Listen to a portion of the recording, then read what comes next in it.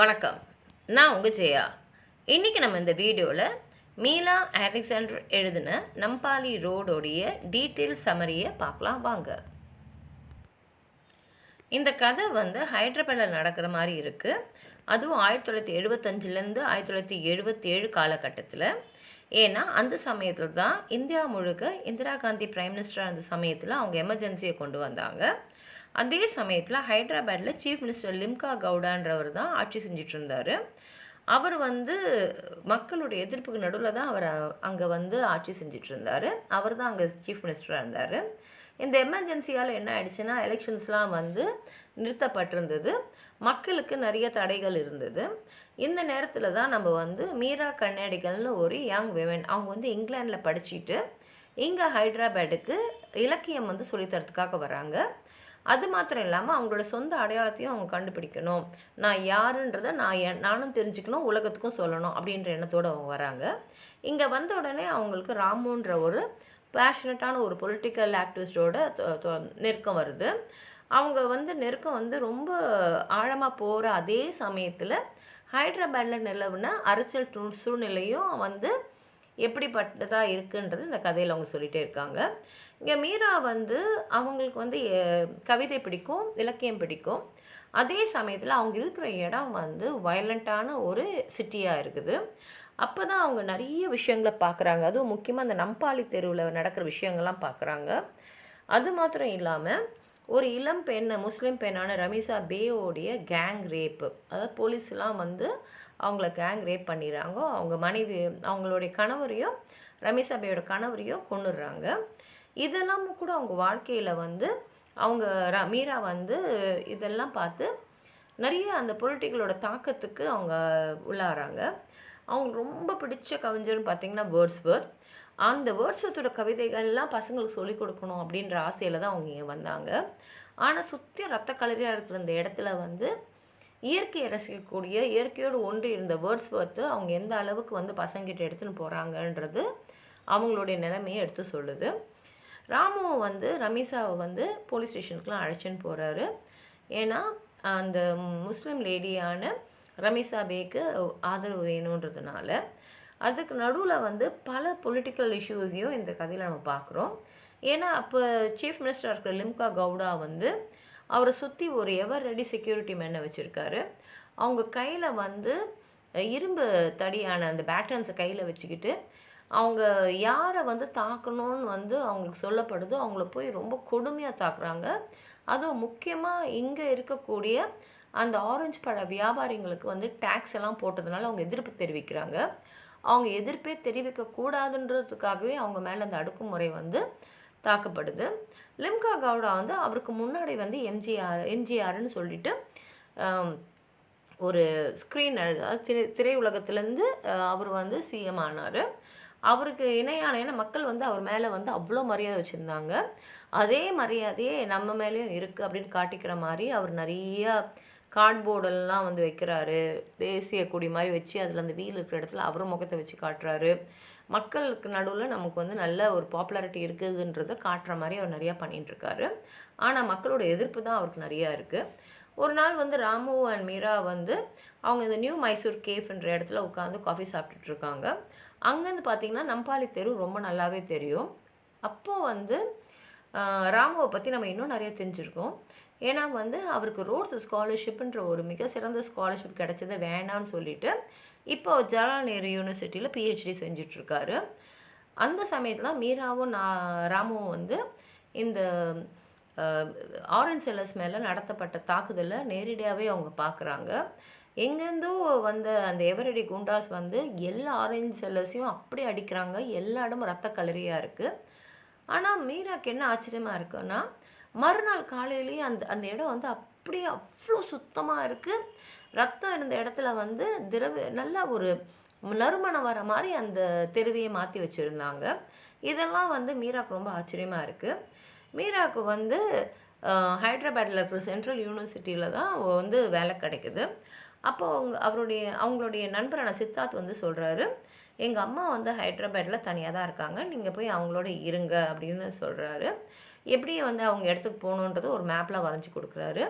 ஆனால் சித்தார்த் வந்து ஒரு வெனிசான்ற ஒரு வெள்ளைக்கார பெண்மணியோட அவர் வந்து அஃபேரில் இருக்கார்.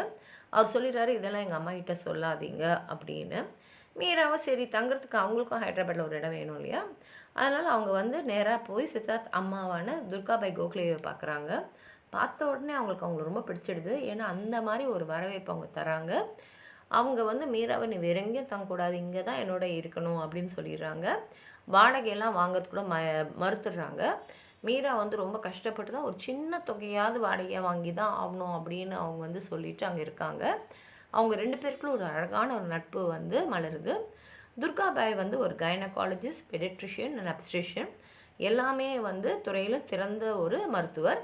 அவங்க வந்து அவங்க தொழிலை அவ்வளோ ஆசையாக அவங்க செய்கிறாங்க. அவங்களோட ஸ்டூடெண்ட்ஸ்லாம் இப்போ வந்து அந்த சிட்டி ஃபுல்லாக அவ்வளோ பேர் இருக்காங்க. எல்லாருமே வந்து நல்லா சம்பாதிக்கக்கூடிய நிலைமையில் இருக்காங்க. ஆனால் துர்காபாய்க்கு பணம் முக்கியம் இல்லை, அவங்களுக்கு வந்து செய்கிற அந்த சேவையில் தான் அவ்வளோ சந்தோஷம். அதில் ஒரு குழந்தையும் அவங்க வந்து மருத்துவம் பார்த்து பிரசவம் பார்த்து எடுக்கும்போது அவங்களுக்குள்ள அவ்வளோ சந்தோஷமாக இருக்கும். ஒரு சமயம் ஒரு லெப்பர்ட் வந்து ஒரு சிறுத்தை வந்து ஒரு பையனை வந்து கடிச்சிடுது. அவனை வந்து அவங்க ரொம்ப அன்பாக பார்த்து அவனை வந்து குணப்படுத்துகிறாங்க. அது மாத்திரம் இல்லாமல் மற்றவங்க மேலே அன்பு செஞ்சு மற்றவங்களுக்காக ஏதாவது ஒரு உதவி செய்கிறவங்க மேலேயும் அவங்க ரொம்ப மரியாதையும் அன்பும் வச்சுருப்பாங்க. அவங்க வந்து ஒரு பைசைக்கிளில் வரக்கூடிய ஒரு மேனை பற்றி அடிக்கடி சொல்கிறாங்க. இவர் எப்படின்னா ரோட்டில் இருக்கக்கூடிய பசங்களுக்கெல்லாம் வந்து சாதமும் டாலெல்லாம் அவங்க பசியாக இருக்காங்க இல்லையா, அவங்க பசிக்கு வந்து உணவு தருவார். அது மாத்திரம் இல்லாமல் நிறைய பசங்களை வந்து அவர் அடாப்டும் பண்ணியிருக்காரு. அது துர்காபாய்க்கு ரொம்ப பிடிக்கும். அது ரொம்ப சிறந்த சேவை அப்படின்னு சொல்கிறாங்க. அதே சமயத்தில் துர்காபாயோட ஃப்ரெண்டு சுவாமிச்சாரியை ஒரு வாட்டி மீரா பார்க்குறாங்க. அப்போ தான் சுவாமிச்சாரி வந்து துர்காபாய் ஆரம்ப காலத்தில் அவங்க அம்மாவோட சண்டை போட்டு அவங்க காதலிச்சவரை எப்படி திருமணம் செஞ்சாங்க அப்படின்றது சொல்கிறாங்க. அதே சமயத்தில் ஒரு நாள் துர்காபாயும் மீராவும் பேசின்னு இருக்கும்போது துர்காபாய் அவங்க கணவரோட இறப்பை பற்றி சொல்கிறாங்க. அவர் எப்படி வந்து கப்பலில் போகும்போது கடலில் வந்து மூழ்கி இறந்துட்டார் அப்படின்றத சொல்கிறாங்க. அவரோட ஞாபகமாக அவர் போட்டிருந்த கண்ணாடியை அவங்க ரொம்ப பத்திரமா வச்சுட்டுருக்குறத இவங்க வந்து பார்க்குறாங்க. மீராவுக்கு வந்து எப்படின்னா அவங்களுடைய பெற்றோர்கள்லாம் வந்து பழைய சம்பிரதாயம் அதிலெல்லாம் வந்து ரொம்ப ஊறி போனவங்க. அதை வந்து எதிர்க்கிறது தான் மீராவோடது. ஏன்னா அவங்க அம்மா அப்பா விருப்பப்படி அவங்களாலலாம் வந்து வாழ முடியும்னு அவங்களுக்கு தோணலை. அதுலேயே வந்து எதிர்ப்பு தெரிவிக்கிறதுக்கு நிறைய விஷயம் செய்கிறாங்க. அதாவது இடது கையில் சாப்பிட்ற மாதிரிலாம் செய்கிறாங்க. அதனாலே சோனா நிவாஸ் காலேஜ், ஹைதராபாத்தில் இருக்கிற சோனா நிவாஸ் காலேஜில் அவங்களுக்கு வேலை கிடைச்ச உடனே ஒத்துக்கிட்டு இங்கே வந்துட்டாங்க. இங்கே வந்த உடனே அவங்க வந்து அவங்களுக்கு ரொம்ப பிடிச்ச கவிஞர் வந்து வேர்ட்ஸ்வர்த். அவரை மாதிரியே எப்படி வேர்ட்ஸ்வர்த் நினச்ச இடத்துக்கெலாம் போவார், எப்படி இயற்கையோடு ஒன்றா இருப்பார், நினச்ச வாழ்க்கையை வாழறாரோ நாமும் அதே மாதிரி இருக்கணும் அப்படின்னு அவங்க நினைக்கிறாங்க. ஆனால் மீராவோட அம்மா வந்து மீராவுக்கு மாப்பிள்ளை பார்த்துட்டுருக்காங்க. மீராவால் வந்து அவங்க அம்மா பார்க்கக்கூடிய ஏதோ ஒரு ஆளோடு சேர்ந்து வாழ முடியும்னு தோணலை. ஆனாலும் அவங்க ராமோடு ரொம்ப நெருக்கமாகவே பழகிற சூழ்நிலை இங்கே வருது. அதே சமயத்தில் இங்கே அரசியல் நிகழ்வுன்னு பார்த்திங்கன்னா லிம்கா கவுடா வந்து தன்னை வந்து ஒரு சிறந்த சீஃப் மினிஸ்டராக காட்டுறதுக்காக அவர் நிறைய செலவுகளை செஞ்சுக்கிட்டு இருக்காரு. நம்ம இன்னொரு கேரக்டரும் இங்கே பார்க்குறோம், லாரான்றவங்க. இவங்க ஒரு கோவன் கிறிஸ்டியன் லேடி. இவங்க ஹைதராபாத்தில் அவங்க கணவரோட செட்டில் ஆகிருக்காங்க. ஆனால் அவங்களோட ஆசையெல்லாம் என்னென்னா நம்ம கனடாவுக்கு போயிடணும்னு. ஏன்னா அவங்களுடைய சகோதரிகள்லாம் அங்கே வேலை செஞ்சுட்டுருக்காங்க. அவங்க என்ன சொல்லியிருக்காங்கன்னா கனடா வந்து ஒரு தேவலோகம், பேரடைஸ் அப்படின்னு சொன்னதுனால இவங்களுக்கு எப்படியாவது கனடாவுக்கு போயிடணும் அப்படின்ற ஒரு ஆசை இருக்குது. ஆனால் மன வாழ்க்கையில் பார்த்திங்கன்னா அவங்க கணவர் வந்து அவங்க கொஞ்சம் குடும்பப்படுத்துறதெல்லாம் அவங்க வந்து ஏற்றிட்டு தான் வாழ்ந்துட்டுருக்காங்க. அவங்க வந்து வெர்ஜின் ஆஃப் கேலிகுண்டாவோட டிவோட்டி. இப்போ அந்த வெர்ஜின் ஆஃப் கேலிகுண்டா வந்து பூமி ஜீசஸ்ன்னு கோவாவில் இருக்கிற சர்ச்சுக்கு அது போயிடுச்சு. அதனால் இவங்க வந்து அதையும் வந்து அவங்க ரொம்ப நம்பிக்கையோடு அவங்கள வேண்டிகிட்டே இருக்காங்க. லாராவுக்கு வந்து ஒரு தோழின்னு பார்த்திங்கன்னா ராணி. 2 பேரும் வந்து உட்காந்து பாலிவுட்டை பற்றி மற்றவங்கள பற்றியெல்லாம் வந்து பேசிக்கிட்டு பொழுதுபோக்கின்னு இருப்பாங்க. இப்போ காந்தி வாழ்ந்த நாடு தான் இது. அவர் வந்து சுதந்திரத்துக்காக போராடி உயிர் விட்டு 30 வருஷம் கழித்து இப்போ பார்த்திங்கன்னா இந்தியாவில் இருக்கிற எல்லா இடத்துல மாத்திரம் இல்லாமல் உலகெங்கும் வந்து அவர் சிலையாக தான் இருக்கார். அதையும் வந்து இவங்க பார்க்குறாங்க. ஏன்னா காந்தி வாழ்ந்த மண்ணில் இப்போ என்னெல்லாம் நடக்குது அப்படின்ற மாதிரி தான் மீரா பார்க்குறாங்க. அதே சமயத்தில் மீராவோட மனசு ஃபுல்லாக ரமீஸா கிட்ட தான் இருக்குது. அவங்க வந்து பசங்க கீழே நம்ம பேசணும். ஏன்னா பிரிட்டிஷ் ராஜ் போயிட்ட அப்புறம் கூட இந்தியாவில் நடக்கக்கூடிய அட்டுழியங்களில் பற்றியெல்லாம் மக்கள்கிட்ட சொல்லணும் அப்படின்னு நினச்சி அவங்க பசங்க கீழே பேசிகிட்டே இருக்கும் போது அந்த கிளாஸ்க்கு ராமு வராரு. அவர் சொல்கிறாரு மாணவர்கள் கையில் அப்புறம் வகுப்பெடுக்கன்னு சொல்லிட்டு உடனே வான்னு சொல்லிட்டு 2 விஷயம் சொல்கிறாரு. லிட்டில் மதருக்கும் உடம்பு சரியில்லை, ரமீஸாவும் பாதி இறந்த நிலையில் தான் இருக்காங்க, உடனே வா அப்படின்னு சொன்னோடனே 2 பேரும் போய் ரமீஸாவை பார்க்குறாங்க.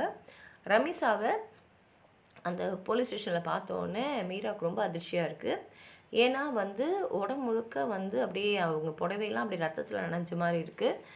முகத்துலலாம் ஒரே ரத்தக்கரை. அவ்வளோ ஒரு கொடுமையான ஒரு ரேப்புக்கு உள்ளாக்கப்பட்டிருக்காங்க அவங்க. இவங்க அவங்கள அழைச்சின்னு போய் அவங்களுக்கு வந்து பாரம்பரிய மருத்துவம் பார்க்கக்கூடியவங்ககிட்ட தான் சேர்க்குறாங்க. அவங்களுடைய வைத்தியத்தில் படிப்படியாக ரமீஸா கொஞ்சம் குணமாகறாங்க. ஆனால் வந்து என்ன ஆயிருக்குன்றது பார்த்தீங்கன்னா, ரமீஸாவும் கணவரும் வந்து ஒரு படம் பார்த்துட்டு திரும்பி வந்துட்டுருக்காங்க. அப்போ தான் வந்து குடிச்சிட்டு வந்த ஒரு குரூப் ஆஃப் போலீஸ்மேன் வந்து ரமீஸாவை வந்து ரேப் பண்ணியிருக்காங்க. அவங்க ஹஸ்பண்டே வந்து அவங்கள கொண்டு இருக்காங்க. இந்த நிகழ்வு வெளியில் தெரிஞ்ச உடனே மக்கள்லாம் போராட்டத்தில் ஈடுபடுறாங்க. ஆனால் என்னென்னா லிம் அக்காவுடைய பிறந்தநாள் வரதுனால இந்த எதிர்ப்பு வந்து அடக்கப்படுது. நிறைய பேரை வந்து அவங்க அரெஸ்ட் பண்ணி ஜெயிலில் போட்டுறாங்க. ராமுவும் ஜெயிலில் போனதாக நம்மளுக்கு வந்து ஒரு சந்தேகம் வருது. லிட்டில் மதர் வந்து ரொம்ப கஷ்டத்தில் இருக்காங்க. அவங்களுக்கு நிறைய பயங்கரமான கனவுலாம் வருது. ஏன்னா அந்த ஊரே ஒரு வைலண்ட்டாக இருக்குது. அப்போ வந்து அவங்க நிறைய விஷயத்த மீராவோட பேசுகிறாங்க. அவங்க வந்து சாவித்திரி பாய்னு அவங்க சகோதரியை பற்றி சொல்கிறாங்க. இந்த சாவித்திரி பாய் தான் வந்து நிசாமுடைய மனைவியான ஃபாத்திமாவுக்கு வந்து பிரசவம் பார்த்தாங்க கொஞ்சம் காலத்துக்கு முன்னாடி. அவங்க வந்து எப்படின்னா, அம்மாவும் குழந்தையும் இறந்துடுவாங்கன்ற தருவாயில் தான் அவங்க பிரசவம் பார்த்தாங்க. ஆனால் வந்து அவங்க பாடுபட்டு அந்த நிசாமுடைய மனைவியும் அந்த குழந்தையும் காப்பாற்றிடுறாங்க. அதனால் நிசாம் வந்து அவங்களுக்கு நிறைய கோல்டு காயின்ஸ்லாம் கொடுத்து ரொம்ப இது பண்ணியிருந்தார். ஆனாலும் நிசாம் வந்து பண்ண கொடுமைகளும் இந்த கதையில் வந்து சொல்லப்படுது.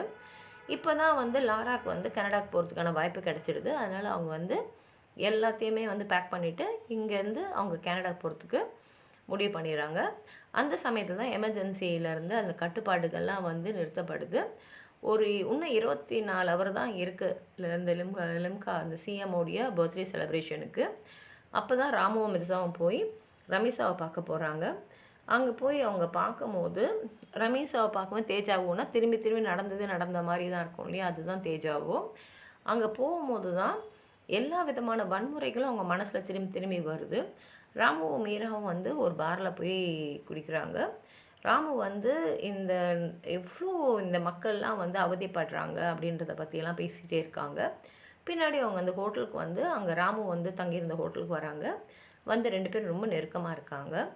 அப்போ தான் ராமு வந்து சொல்கிறாரு, இனிமேல் நான் வந்து இந்த எதிர்ப்புகள்லாம் ரொம்ப ஈடுபாடோடு நான் வந்து பங்கெடுத்துக்க போகிறேன். இந்த நாட்டுக்காக நான் சில விஷயம் செய்ய போகிறேன்னு சொல்லும் போது மீரா வந்து நடுங்கிடுறாங்க. அவங்க வந்து எதுவுமே சொல்லாமல் காலையில் விடியறதுக்கு முன்னாடியே தனியாக அந்த ஹோட்டலை விட்டு வெளியில் வந்துடுறாங்க. இப்போ லிம்கா கவுடா வந்து மக்களுக்கு நடுவில் அவருடைய இமேஜை வந்து பதிக்க பார்க்குறாரு. தெருவில் இருக்கிற பிச்சைக்காரங்களாம் வந்து ஒழிக்கப்படுறாங்க. எல்லாருமே வந்து ரொம்ப சந்தோஷமாக இருக்கிற மாதிரி ஒரு பாவனையோடு சுற்றிக்கிட்டு இருக்காங்க.